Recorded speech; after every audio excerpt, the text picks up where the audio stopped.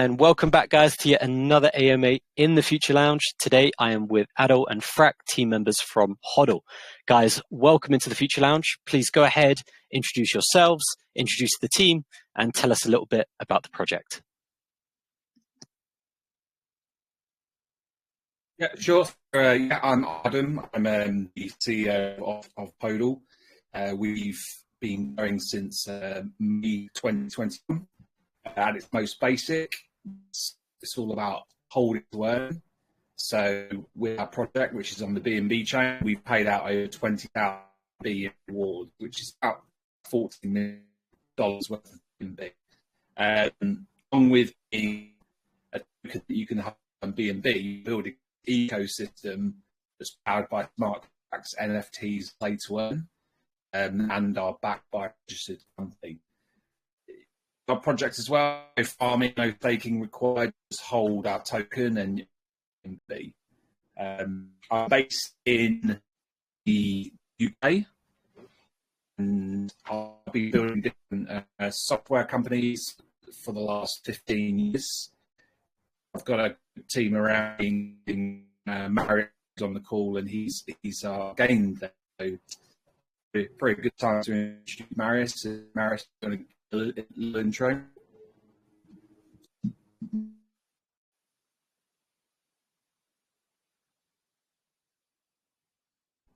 You're on mute, Marius. I don't know if you can hear me. Hello. Yes. I will introduce myself, I think, a little bit. I'm Marius. I do the game development. I started it as a bachelor and master thesis in computer science, working in game development related stuff for over 10 years now. And I do the game development for HODL. And what I will do is I create all kind of innovative systems which are quite unusual in gaming environments. And HODL is quite unique in this regard, that we are able to create a very new concept of play to earn, basically where everyone can participate. Fantastic, guys. Well, wonderful introductions. I appreciate both of you guys coming on. Adam, I don't know, it might just be me. I'll get them to confirm, but I'm getting a bit of feedback. It sounds like an internet connection issue. Or maybe it might be like a VPN issue. I'm not sure. I'll just check with the admins.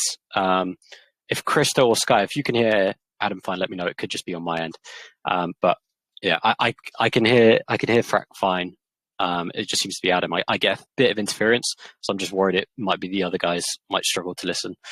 But yeah, we'll see how it goes. But yeah, just to get a rough idea then, because we mentioned in that introduction, you guys have been working since 2021. I believe that was with the NFT collection that you've had. So just curious in terms of a timeline chronologically, could you walk us through what you guys have been up to, what you guys have been working on from the initial launch up until now, 2025? Yeah, I've just switched across to my mobile. I don't know if that's any better. That is, 10 times better. Thank you. Okay, good stuff. Yeah, so the project launched in May 2021. It launched simply as a token with the whole principle that you hold the token and you're able to connect to the website, the D app on the website, and claim BNB. The developer who launched the initial project, it was a community run project, so there was quite a few of us that started off as investors and came into the project to support, and then after about 3 months, I think he was looking to move on to his next project. So myself and a number of other people who had been working on the project and supporting the project effectively took over. And we've been building ever since. That's kind of towards the latter end of 2021. But yeah, it started life as a token that you hold and you connect and claim your share of the BNB reward pool. It ran up to, I think it was 230 million market cap, and that was all solely through PancakeSwap. So it was pretty incredible kind of experience, and people were making pretty astonishing. We had people that were claiming anywhere up to $100,000 worth of BNB as rewards just for holding. So it was pretty revolutionary, and I think it kind of inspired a lot of other projects as well to kind of get involved in the whole hold to earn kind of concept, where you hold an asset and you're getting rewarded as you go. The thing that we kind of realized early on and have been working on ever since is that it's quite dangerous as a reward token if you solely rely on transactional volume. So the way it works is our smart contract taxes people who buy, sell, or transfer the token 5%. So if you buy, sell, or transfer, 5% of the tokens are held on the smart contract, and then there's a bot which basically converts those tokens into BNB, again held on the contract, so it's totally inaccessible, and people can claim their percentage of the reward pool based on their holdings. But the thing we realized, and the thing that we've really been focused on, is building around that kind of core concept a number of revenue generative features and services, so we're not solely reliant on taxes and transactional volume. So we've been building out things like play to earn, NFTs with utility, and staking pools, and various features that add value to the experience of our user.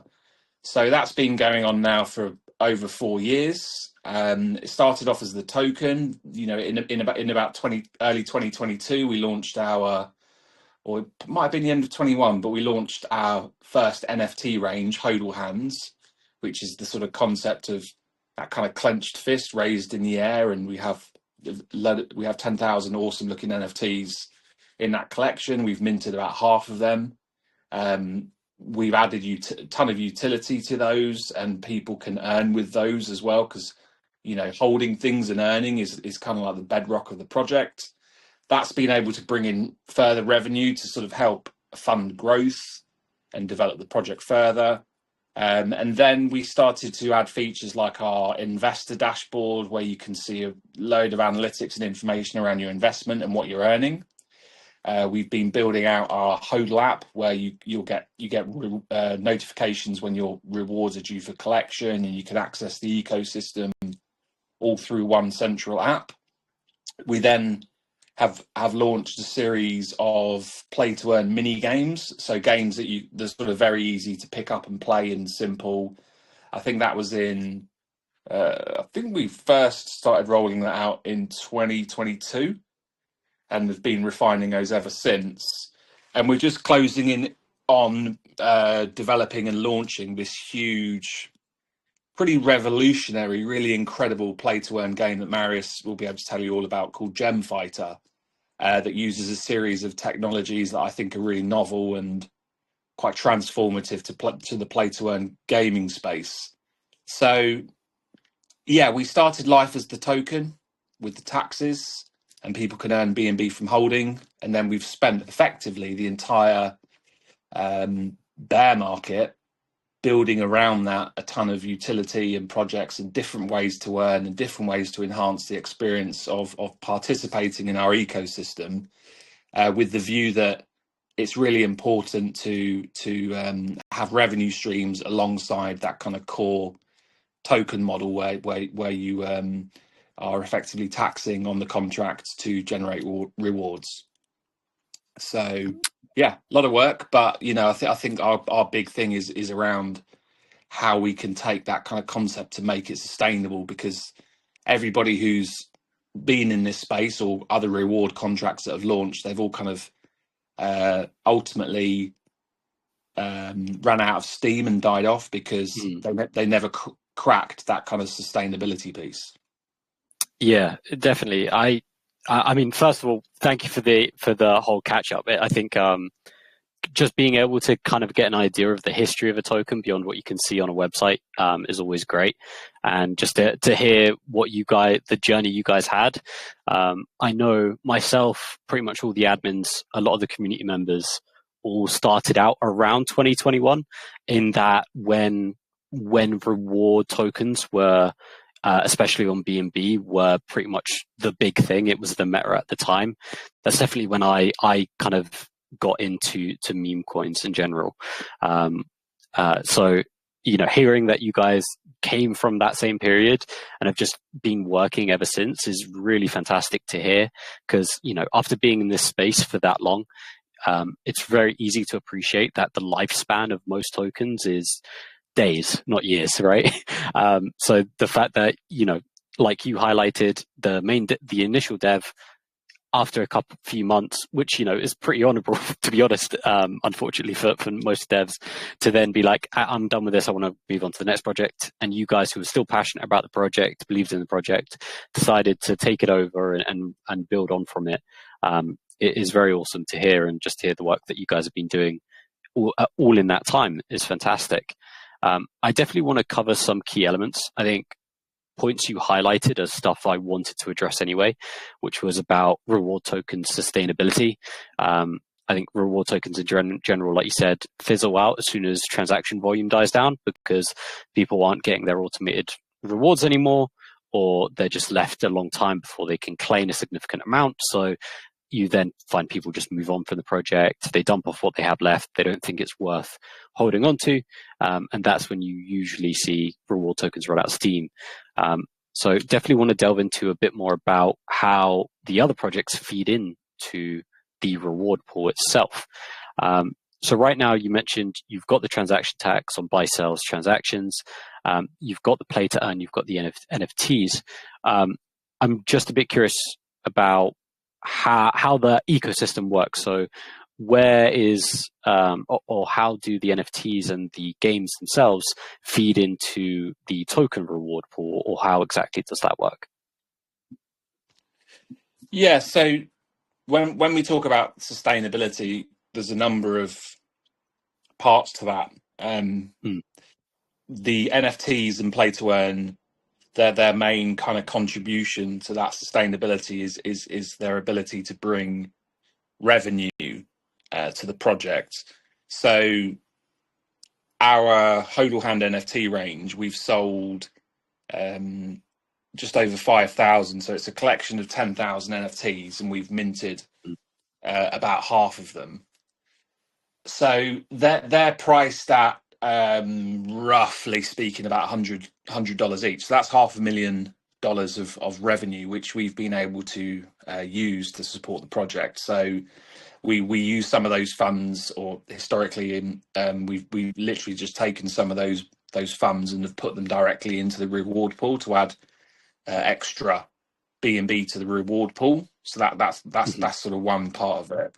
We've also taken some of that revenue and we've used it for, say, marketing, for development, and pushing the project forward. So that's been really important to us and really beneficial to the kind of project as a whole. The fact that we've had over $500,000 through that one NFT range, which we've then been able to utilize in those areas I've mentioned.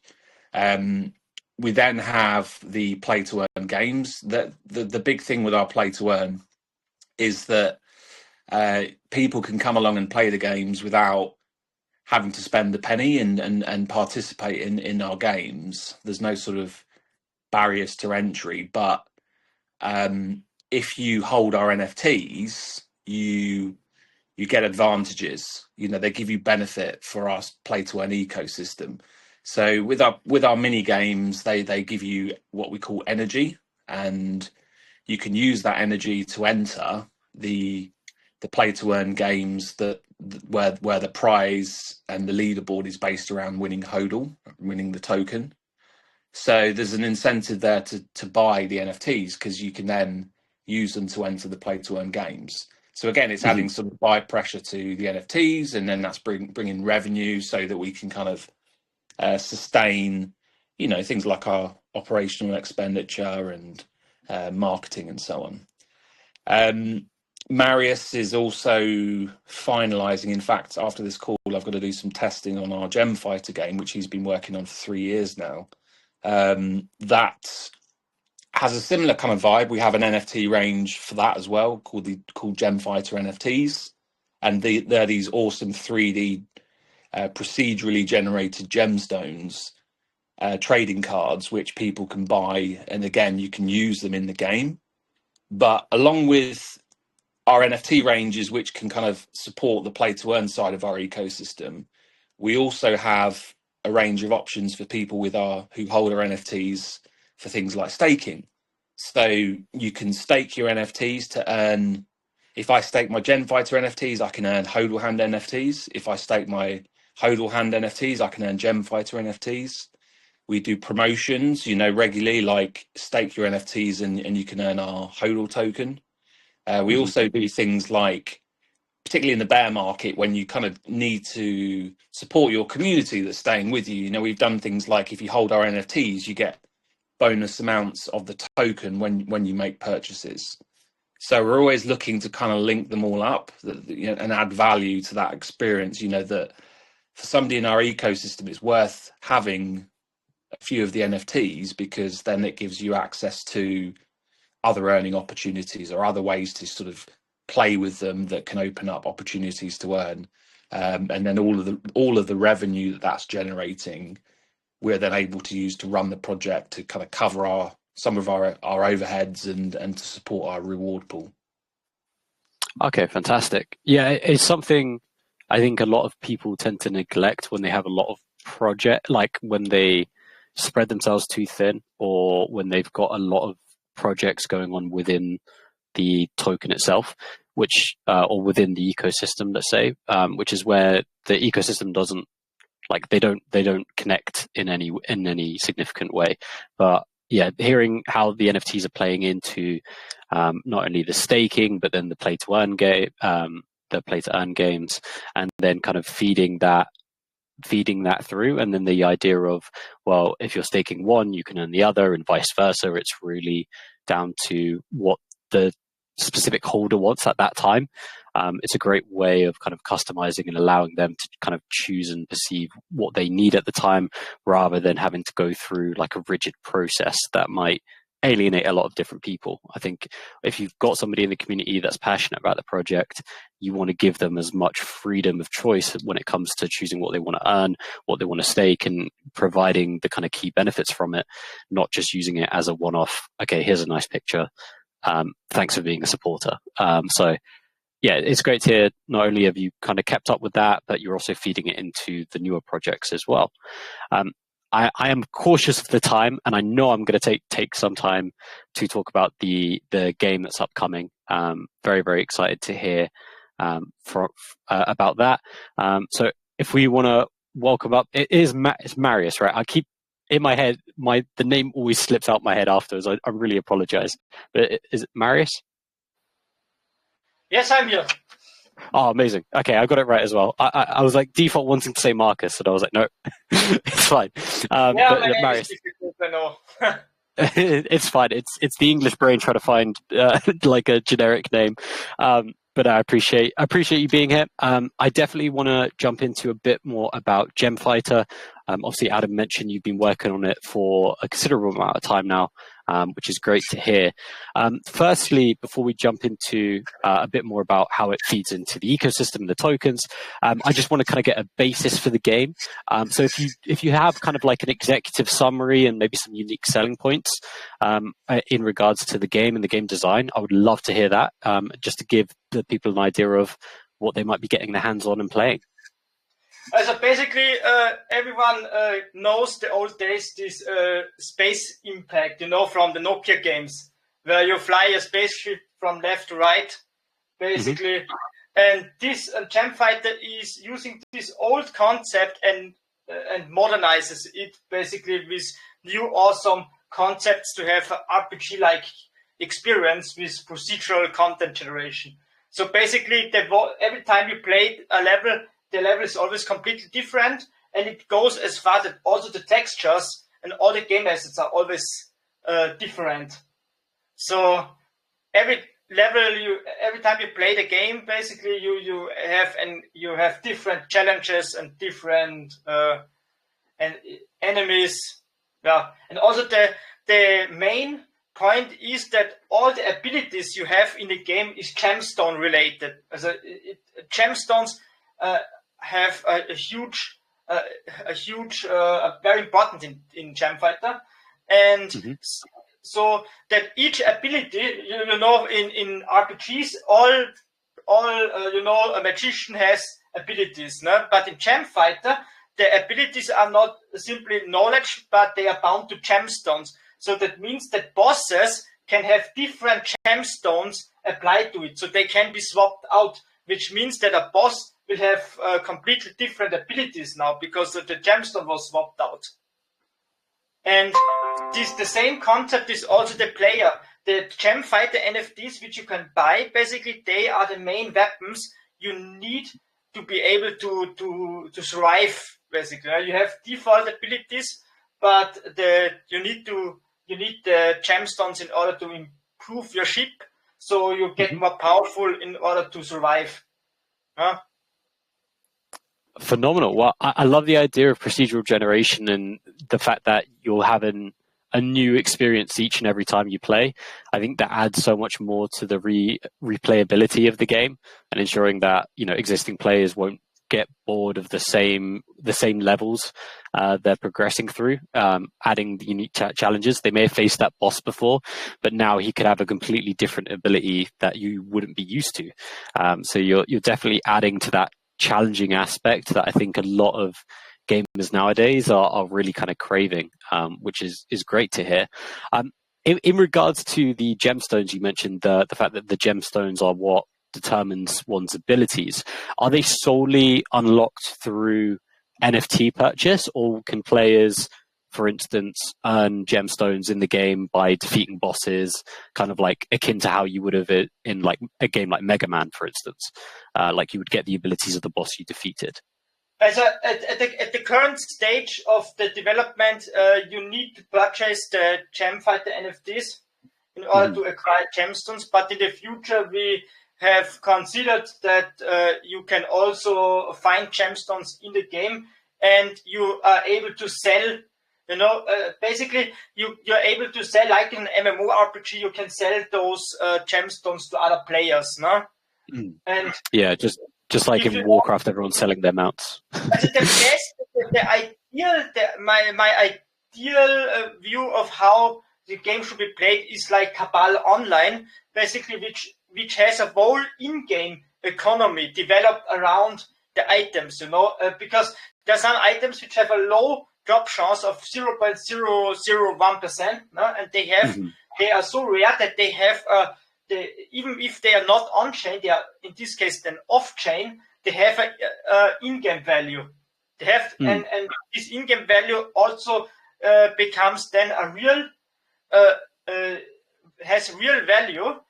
For example, in Cabal Online, there are blades, no? Which you need to upgrade using also you need to use gemstones to upgrade those weapons. And for example, each time you upgrade your weapon, the chance that it succeeds becomes lower and lower, no? And when it fails, it goes down by 2. So you need a lot of effort to create those weapons, and the amount of time and dedication required, this gives the items basically real value. And I can tell you, people are ready to. Some people pay 60,000 for one weapon.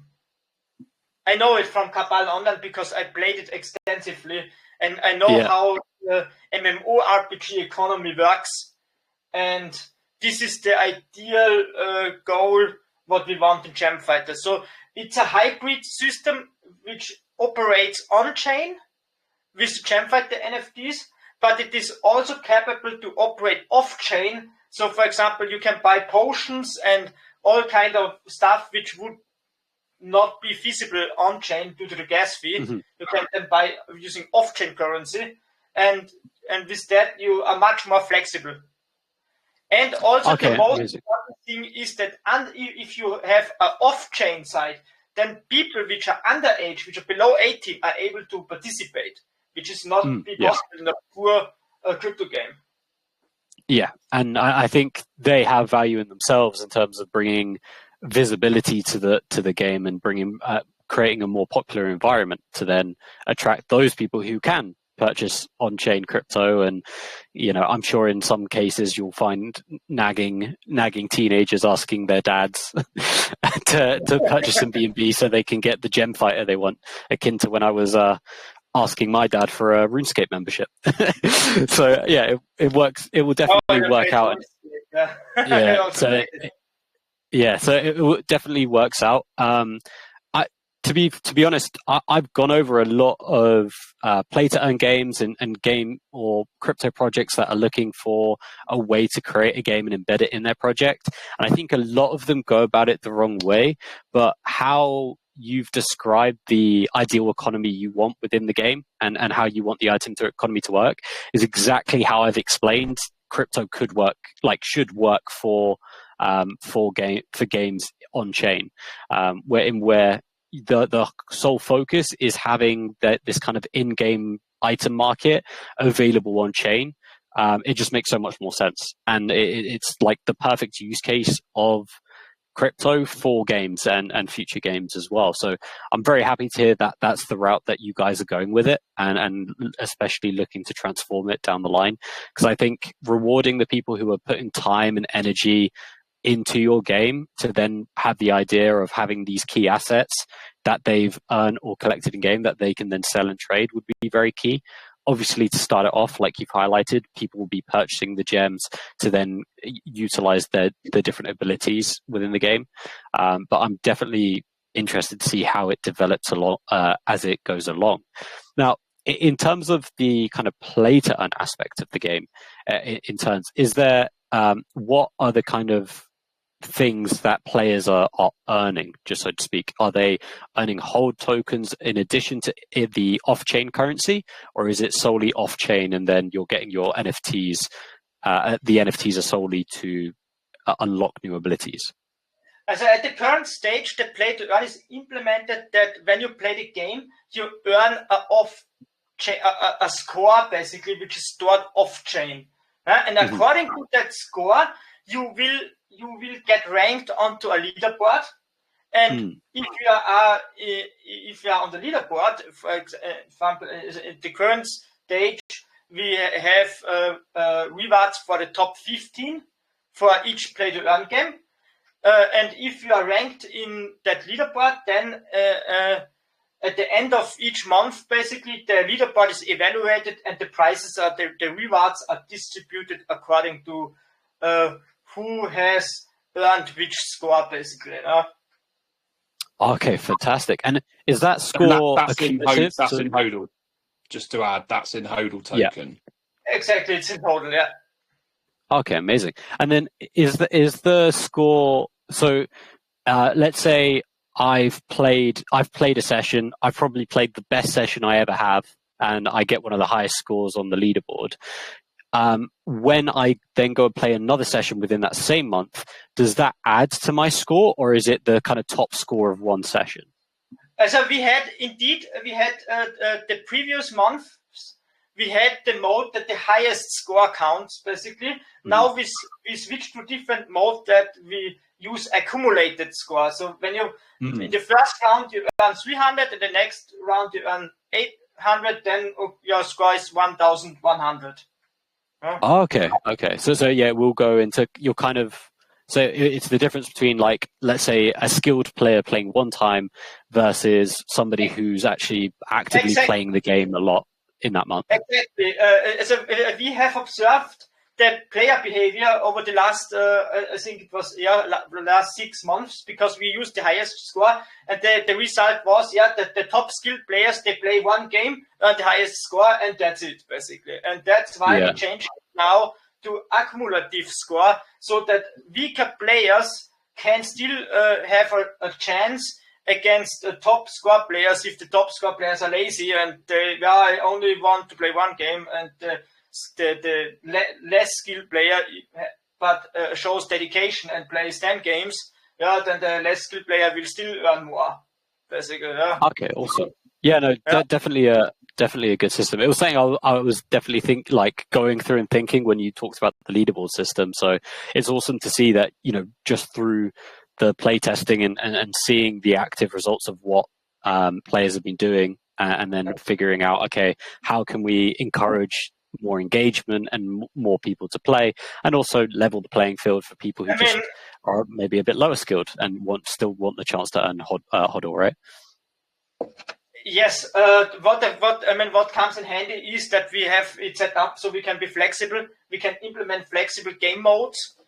So, for example, so once a while, okay, we hold, for example, a competition where we say the entry fee is, for example, $10, and the $10 then go into a pot, into the reward pot, and then there will be a game like a tournament, and the top 3 or top 5 they earn the rewards out of the pot, or there's a distribution key.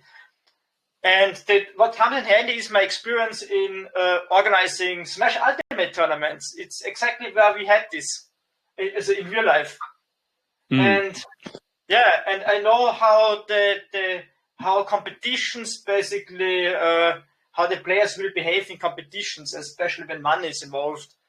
And it's a very balancing act for sure. Yeah. Yeah, 100%. It sounds like me and you operate in very similar friend groups, because I've been part of many £10 Smash tournaments. they always end up 10 times more competitive than when we just play casually. Exactly. I mean, the thing is, with the highest score you cannot capture casual players, no. But with accumulative scores, basically, then the casual players, they actually have a chance, because the hardcore players will always beat the casual players when it comes to poor skill. Yeah, exactly. Just to add a couple of bits as well, Sam, because obviously Marius is, a bit of a demon with all this stuff. He knows more than I'll ever understand about gaming. But what really caught my attention when I was talking to Marius about this whole concept was that, first off, unlike traditional gaming, you don't have to purchase the game. So I remember when I grew up, you used to have to buy the disc or the cartridge, showing my age. And that's how you played the game. But with this, it's actually free. So anybody, anywhere in the world, anytime can download the game and play it. We're listing on Epic Games as well, which is pretty cool. So when it goes live, anyone can participate and play for free. And that even includes the ability with GameFi that those people can play the game for free and win rewards, because there's no sort of barrier for people to be able to play and earn. But what's clever about it is that how it works. So with the gemstone NFTs, there's I think it's 10 different element types. So fire, ice, thunder, darkness, those kind of classic elements. And every time you play the game, you have 60 seconds to load your spaceship with gems in the attack, defense, and spell slots, and then enter a procedurally generated world that's kind of built to be, say, the darkness world or the water world, and go through it and survive, hold on. So it's kind of ties in with our branding, this idea of holding on for dear life, which is the sort of acronym of HODL, and surviving. But people who mint the NFTs, they're giving themselves an advantage. So it's not preventing other people who don't have the NFTs from playing. It's just rewarding people who have built up their collection of NFTs. They're able to go into each level with their spaceship kind of tooled up, so they'll have maybe an attack firestone that's powerful, or a strong spellstone that gives them advantages as they enter that round. And then, that will help them to score more, help them to survive longer, which will help give them an advantage to effectively win more money each month. But it's a bit different. That's what appeals to me, is that it's changing that kind of concept that you buy a game into this whole concept of, no, anyone can play, but the people who invest time and a little bit of money are going to get an advantage. But we also, when we talk about the ecosystem, the revenue from this is going to power the whole HODL ecosystem. And people who perhaps aren't even gamers, who are earning the NFTs through other parts of our ecosystem that I've mentioned, or who want to invest into the NFTs, we're going to do things like they'll be able to, if they manage to mint a rare gemstone, then we want to set it up so they can rent them out. Because this whole concept for me is really interesting. This whole thing that there's billions and God knows how many billions of dollars being spent on in-game assets. But I think with the blockchain and tokenization, it allows you to take those assets and bring them out of the game. Whether that's to rent those assets, sell those assets, stake those assets, or they give you other benefits in the wider ecosystem.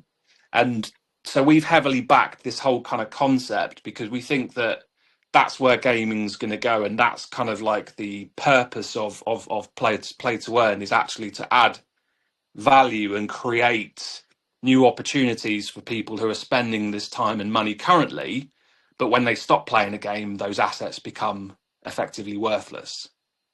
Yeah, definitely. It's something that I think when I've looked at the key benefit for gamification and for introducing crypto into gaming, that was always my main point. I think you've highlighted it beautifully, where like you can pour hundreds of thousands of hours into this game, accrue all of these amazing in-game assets, but you try and sell a World of Warcraft account or items from that account on eBay, you get banned immediately. So as soon as you get rid of that, as soon as you stop playing, like all of those assets become useless. So just introducing crypto into a game that can already work on its own, that has all these assets that people can capitalize and use on, giving them the ability to then go on and say, you know what, I'm graduating college, or I'm starting college, let's say for some, I need to put the controller down and focus on this. I really want to be able to use all these things I've accrued and do something with them, pass them on, rent them off, what have you. Giving people the ability to do that is just, I think, key the whole idea of why a lot of us get into crypto, which is just having control of your own assets. This idea of self-custody, which currently you don't have in any games, right? People, I think, we're talking about free to play for a second. Games like Fortnite, like popular MOBAs that started off, League of Legends and Dota, they have all these people spend all this money on character unlocks and cosmetics and in-game skins and things like that. But as soon as you put that game down, you can't sell them off, or you legally can't. I'm sure people still do, but it's very difficult. It's very tedious to get around, and it can end up with you being banned or probably worse. So just giving that freedom back to people is at the core, I think, what is good and why games should be looking to introduce or to implement crypto. So it's great to see that that's at the heart of what you're doing with Gem Fighters, for sure. I did want to probably go into and talk you and Marius's ear off for the next hour, probably about game development and the rest of the game. However, we do have a lovely range of people all listening in and all very eager to ask their own questions. So I'm going to try and do the very selfless thing of allowing my wonderful audience the opportunity to ask you guys some questions as well. Just before we move on to community questions, was there any other points you wanted to add about the game, either Adam or Marius, before we start taking community questions? I think the thing that I think is important to get across is that our time and effort spent developing this game and our NFT ranges is not because we're sort of starting new projects. It's all part of one project. And, we have that kind of history with HODL token of paying out over 20,000 BNB, which is, as I mentioned, about $13 million worth of BNB, which is a phenomenal sum of money. But we are building these big projects to live alongside it and to complement that token. So even people who perhaps are in our community that aren't gamers, they still get value from that because we're using revenue from these things to further build the project. So, and it's a fine balance because you want to kind of at our heart, we have the token and you earn BNB rewards, but we're also putting a huge amount of time and energy into developing these other parts of our ecosystem for the greater good of the entire project. But somebody can come in and invest into the token, and they can sleep well knowing that there's that sustainability and that the team's working on developing new branches to the ecosystem that are going to effectively bring revenue. Equally, somebody might come along and just play the game and not have no interest in the token, and that's fine too. So I think from my perspective, it's for anyone listening, this isn't solely a gaming project. This is an ecosystem where you earn, but we are building great things that help contribute and make sure that it's sustainable and make sure that there's revenue, and they all complement each other. Oh, amazing. Yeah, and I think that's a key point to highlight as well. It's just the idea of users and investors can pick and choose at what parts of the project they want to be part of. I don't think, if you get involved, the only way to earn is to play a game. Like, that wouldn't be great, because obviously a massive chunk of investors just aren't gamers, right? And vice versa, a massive chunk of gamers aren't investors. So how do you bring all of those people in without alienating the ones who don't want to get involved in the other half of it, right? If you try and just cater to the people who do both, you're tapping into a very small market. So having the ability to target both just generic investors and gamers, and then, while they're involved in your project, there's a good chance they're going to educate themselves. They're going to find out, hey, hang on, I'm now a high scoring player.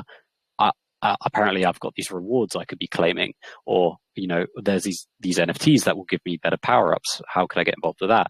And as a maybe an investor, you're like, well, I want to buy this NFT because I can stake it and it earns me the other NFT, or it earns me future tokens. But it has an ability I can play in this game if I want to play, and then that can get me more tokens. So it's kind of this great way of drip feeding them slowly and bringing them in to then, if they want, being part of both sides. Or, I would say both sides, but obviously it's a wider project with a lot of stuff going on. But yeah, it is definitely the right approach. I've seen a lot of projects who very quickly alienate either investors or gamers. So it's great to see you guys have found the kind of fine balance between of kind of catering to both. Again, you probably tell by how long I'm talking. I'll happily talk to you guys about this for the rest of the hour, but we do have some questions coming in from the audience. I do appreciate it, guys. If you haven't already, you can type out your questions. Make sure to tag my username just so I can proofread them. And then go ahead. Just make sure you're limiting yourself to one question, short and sweet, and obviously a great one based on your own research, rather than one either from a AI generated chatbot or just from a copy and paste. Appreciate it, guys. Make sure to do your own research as always. I think first question I do want to take is going to be coming from My Name Dryans.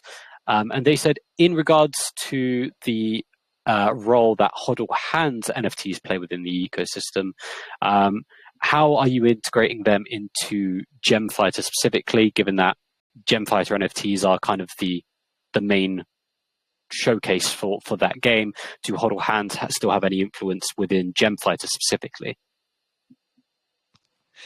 I think it's important that you kind of don't overcomplicate things. So the HODL Hand NFTs, they unlock staking rewards and give you access to our mini games. So we have 5 mini games. We have, for example, Solitaire and some other remakes of classics. And the HODL Hands are basically your gateway into accruing energy to enter to kind of win a HODL token. Again, though, you can play those games without the HODL Hands, but the HODL Hands give you advantage and give you more energy to kind of compete. And we've sort of tried to create a clear distinction. But one thing we are doing is that if you hold the HODL Hand NFTs, you're able to stake them to earn GemFighter NFTs. But we didn't want to overly complicate it where we have, the GemFighter NFTs, and that's dedicated for the GemFighter game. And then we've also got the HODL Hands, and sort of try and articulate and explain and market a potentially complex overlap.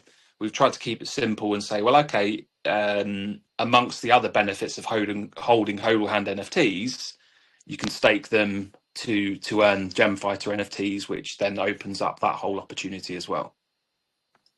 Okay, amazing. And yeah, I think that's like you've highlighted it there. Like, you don't want too many things complicating it, because if there's two different NFTs that both have influence on the game, what am I supposed to be buying? Did I get the right one? Did I get the wrong one? I think it can create some confusion, where if you have a clear cut, okay, this one is for GemFighter, this is the sole NFT that interacts with the GemFighter game directly, and vice versa. This is the HODL hands, these are for our mini games. They provide energy for X, Y, and Z mini games.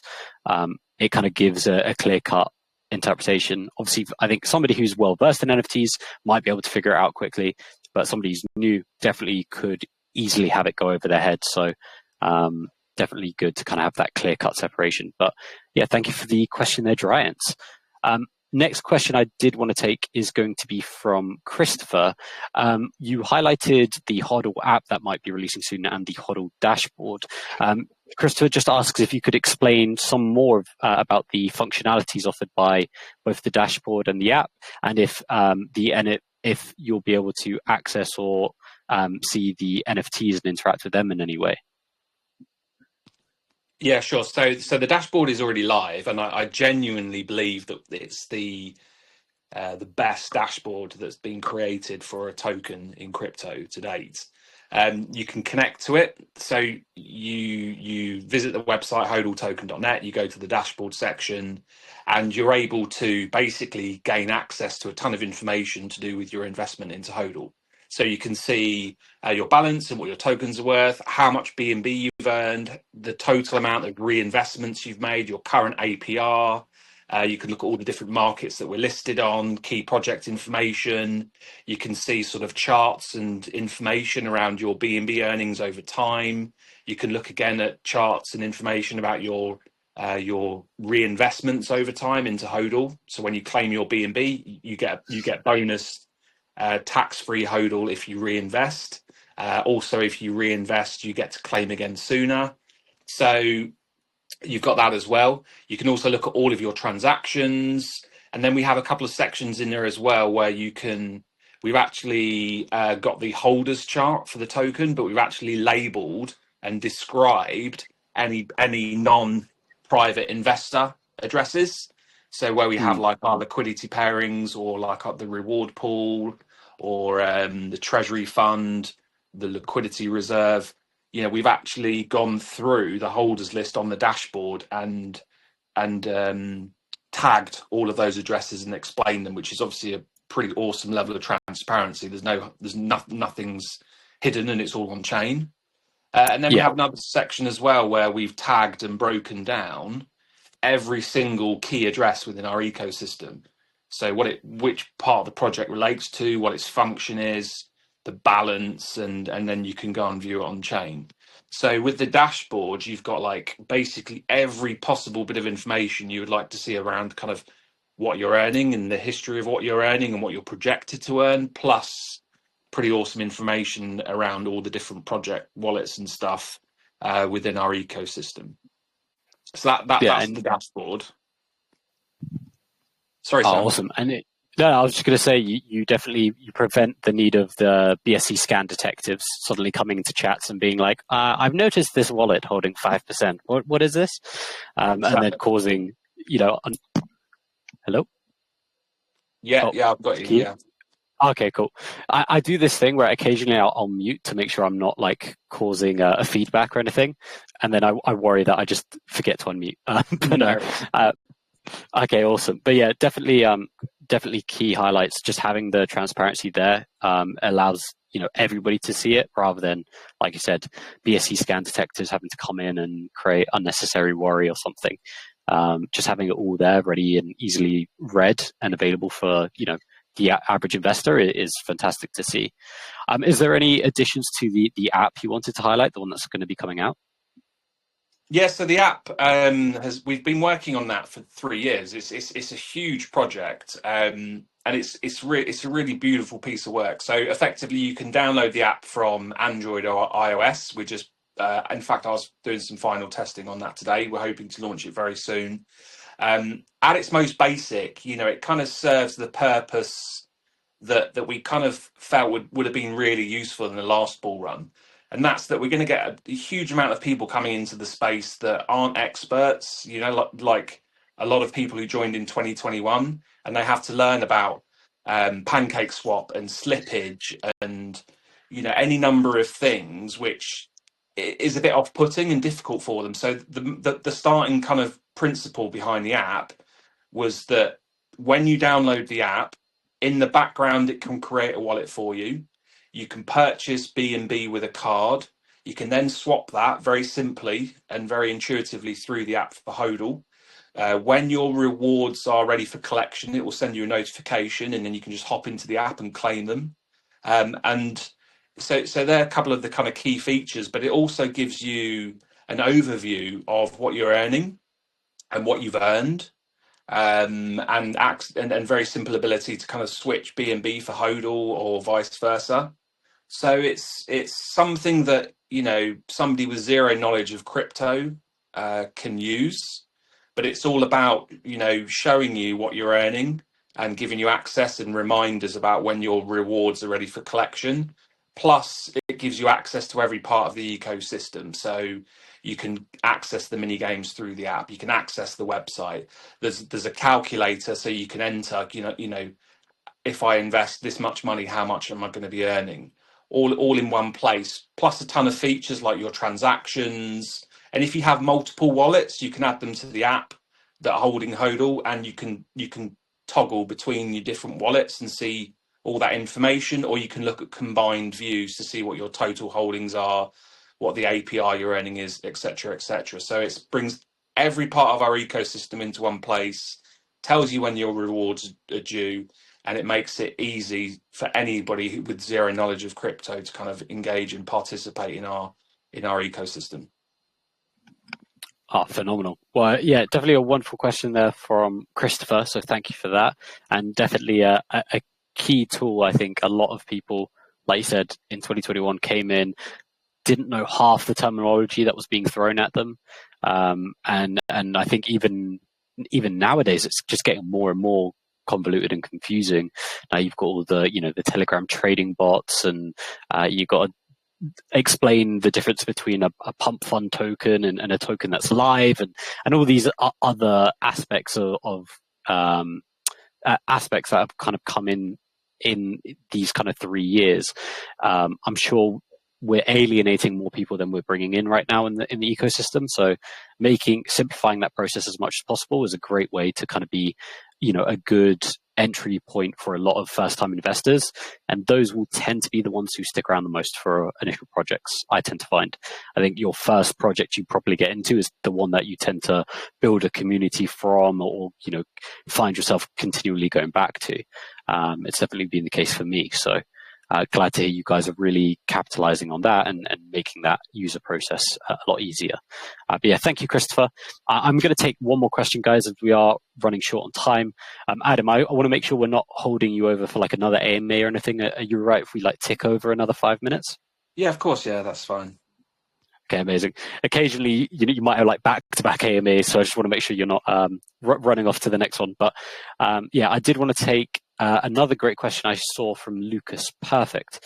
This is in regards to the play-to-earn games, obviously the mini games, and obviously GameFi that's going to be coming out. Lucas highlights that play-to-earn hype tends to fade fast. NFTs without evolving utility often get dumped. So what is your long-term strategy to keep HODL and GemFighter NFTs relevant in demand beyond the initial wave of player interest? Kind of turning on, we see a lot of hype in play-to-earn games. It might be active and engaging for the first week, but as soon as either rewards start to fade or just the initial marketing expenditure runs out, new eyes stop falling on it as much. We can see the player base start to dwindle. So I guess Lucas's question is, how would you keep it engaged and increasing over the long term? Yeah, I think again because we are. I think if we launched a game and it had a token that was sort of built and the value of that token was sort of intrinsically linked solely to the game, then you naturally will see it enter potentially this sort of death spiral where the value of it goes down, the rewards go down, the participation goes down, and you sort of enter into this death spiral. But because we are, alongside building out this game, we're pushing forward and building our token. The value of that token isn't solely linked to the game, so there will always be a level of value that we'll be creating in the token. So the earnings and value of that token will be stable, and hopefully we can significantly grow that. So the rewards will be strong as a result. So that's the first thing. The other thing is that Marius has already, and I'll let him sort of jump in on this, but he's already identified a lot of things which we can add, like renting, and also we've been looking at how we can do this as sort of a hybrid project. That yes, it uses NFTs. It's kind of a crypto thing, this play to earn concept, but actually, we're going to expand it out over time so that people who aren't in crypto can make purchases, micro purchases, and play the game and participate too. So I don't know if Marius, you want to sort of touch on any of that?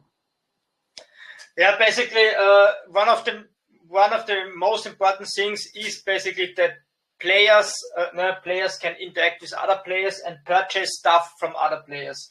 And when you have it off chain, basically, then we can add stuff like, for example, upgrading, that you can upgrade your items with all kind of stuff you can find in game.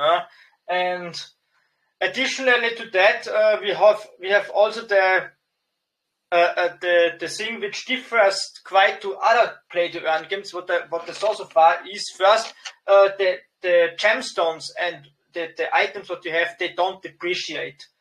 Basically, what I saw in for example the step N where you have to walk. I examined this game, and what you have there is that you need to buy shoes, and those shoes they depreciate. For some reason they have implemented a system which after some days basically those NFTs become worthless. This is not the case in GemFighter. So the gemstones you have, as you can use them forever basically. There's no depreciation, and instead you are even then able to upgrade the gemstones to make them stronger, or to give them some additional properties, for example. So that, for example, they also apply a different element. So there are all kind of variations possible. Also, another thing what we considered in the future is that the people are able to build their own ships and also to build their own levels, which other players are able to play. So this gives the player the control over what's going on in the end. And I think that part especially is something that a lot of players will go on, and I think prolongs the lifespan of a game dramatically. Obviously, the fact that you've got the procedurally generated levels and bosses and the interchangeable abilities for the bosses is already adding to that level of replayability. But when you add allowing people to build their own levels in the game, build their own ships, just that kind of level of customization and allowing people to start interacting with the game adds to its longevity. I don't think Skyrim, for instance, would be the game it is without the modding community in terms of how often it's been played and integrated with. I don't think Halo would have been the game it is without sandbox mode and all the custom game modes that are attached to it. So that aspect is definitely something I think can add dramatically to the long term. I do want to quickly highlight as well, I've seen some great questions from Aviator, so I do apologize I didn't get round to them, Aviator. I know Marius just did a great job of, I think, answering quite a few of them that he mentioned. Just to highlight one that he suggested, would there be a fiat on-ramp solution similar to Carry First Shop's model to enable users in regions with cryptocurrency restrictions to purchase gems in their local currency at any point? So I think we mentioned that you were thinking about doing an alternative payment solution alongside crypto. Is that something that could be seamlessly integrated in the game, or is it something that you might have to do offsite or like on the website or something? Yeah, I think like with the app, you know, we want to go down that route where people who don't understand or participate or care about crypto, they can still get involved. So yes, having card payment options to be able to enter the game and make purchases of the NFTs or any in-game assets, and also looking at whether we can provide a fiat off ramp as well for people who win. That's something that we're going to look at, because I think the key to all of this and where crypto needs to go in games and everything is that there's things that crypto brings to the table, but we don't want to force crypto down everyone's throats to the point where it then becomes something that only people who are in crypto can participate in or want to participate in. So I think the long-term view of the game and the app and our ecosystem is that underneath everything, you have blockchain technology and NFTs and all of these concepts of play to earn, procedural generation, etc. But actually, from a user's perspective, you know, you just go along and play the game and you can get paid out in whatever works for you. The assets, you can buy them with card, you know, or transfer them, you know, and we'll try and come up with solutions that it's not sort of overbearing or just totally focused on crypto.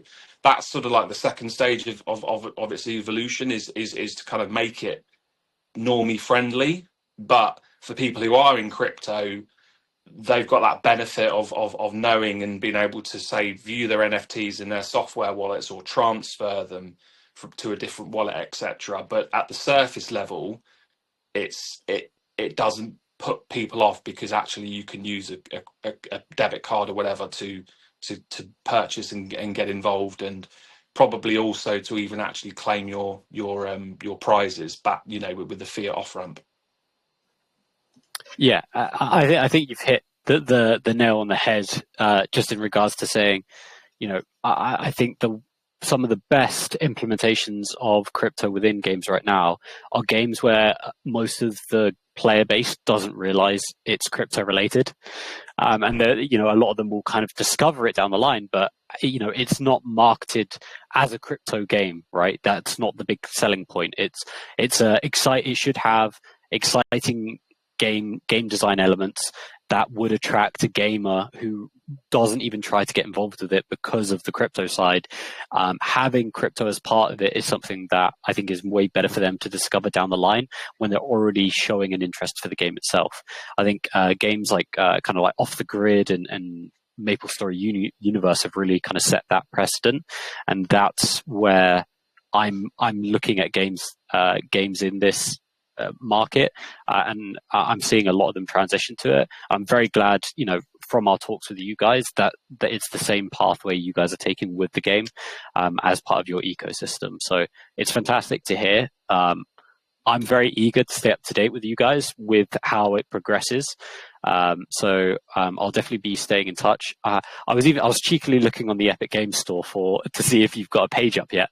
But if there's any key, just as a reminder, as we come to the wrapping up portion, if there's any key dates or key information that you want to highlight now, just to let the people know, anything that we think we might have missed out, or just any dates that we can look out for, please let the people know. The mic is yours. Yeah, in terms of, so funnily enough, actually, before this call and after this call, I'm working with the team to work through some of the final stages of testing on both the app and Gem Fighter. We've already got the approval from Epic Games to list the game. They've already tested the game. There was a big process. It's not easy for games that have sort of a crypto element to get that kind of a listing. So the team's done really well there, but we've got the listing. We're now just polishing the first game that the first version of the game, the Gem Fighter game that we're going to put out. So for both the app and the game, we're down to sort of, I would say, weeks. I don't want to put like an absolute deadline on it right at this moment, because we're just going through a process of really sort of like testing both the app and the game. But we're very close now. You know, they've both been worked on huge amounts of hours and effort for 3 years. So our project already has a ton going for it and has been very successful. You know, it peaked at a 230 mil market cap on the token. It's paid out 20,000 BNB, but actually these two massive projects, they've been underway for 3 years, and yeah, we're down to the final few weeks, I'd say. So keep an eye out for those, because they're just going to add value to the ecosystem. They're going to bring new revenue, new utility, and yeah, hopefully this actually having a bull run is kind of not too far away now either. So I think it's good time to kind of get these wrapped up and get them out. But yeah, matter of weeks now. Amazing. Well, I'll definitely. I'm already joined up with the Telegram, and I'll be following you guys on Twitter, and I'll use that as a keynote to highlight for everybody else to do the same. So, guys, if you have enjoyed today's AMA, and you did enjoy all the information, all the wonderful information that Adam and Marius shared with us, and you want to find out more, definitely head over to the HODL Telegram, to their Twitter page. Check out their website for further information as well. That's all linked up in our pinned messages, so you can go ahead and check it out there. hodltoken.net for the website. And yeah, I know I wasn't able to get around to every community question. I do apologize. Some questions definitely were covered in the AMA, and some you'll probably get within the first couple paragraphs of the white paper. So I do want to highlight to those guys, if I didn't ask your questions, definitely head over to the HODL Telegram as well. I'm sure they'll be more than happy to help you out with any further questions, concerns that you may have. Alberto, I did see your question. I'm sorry, you used way too many complicated words for me to try and read and listen at the same time. My multitasking just isn't that great, but I'm sure if you head over with your question to the Telegram, Adam and the rest of the team will be more than happy to help you guys help you out with that as well. But yeah, just want to say very lastly, both to Adam and to Marius, thank you guys so much for coming in, letting us know more about HODL, what you guys have been working on, and what we're going to be looking forward to in the coming weeks. It's been an absolute pleasure. Awesome, thanks so much, and I appreciate everyone asking questions. So I'm happy to kind of, and I'm sure Marius will do the same. We can have a look through the Future Lounge, and we'll try and answer those in the Future Lounge as well, because I want to take the time to kind of answer people's questions in there. Because yeah, we appreciate that, and yeah, thanks for everything, Sam. Yes, also thanks from my side that I was able to participate in this AMA, and I will also look forward to questions related to Gem Fighter. Ideally, just tag me on the launch, exactly, because direct messages are easily missed. Get lost. Yeah. That's no worries. Well, guys, it's been an absolute pleasure. I'll go ahead and cut the recording here.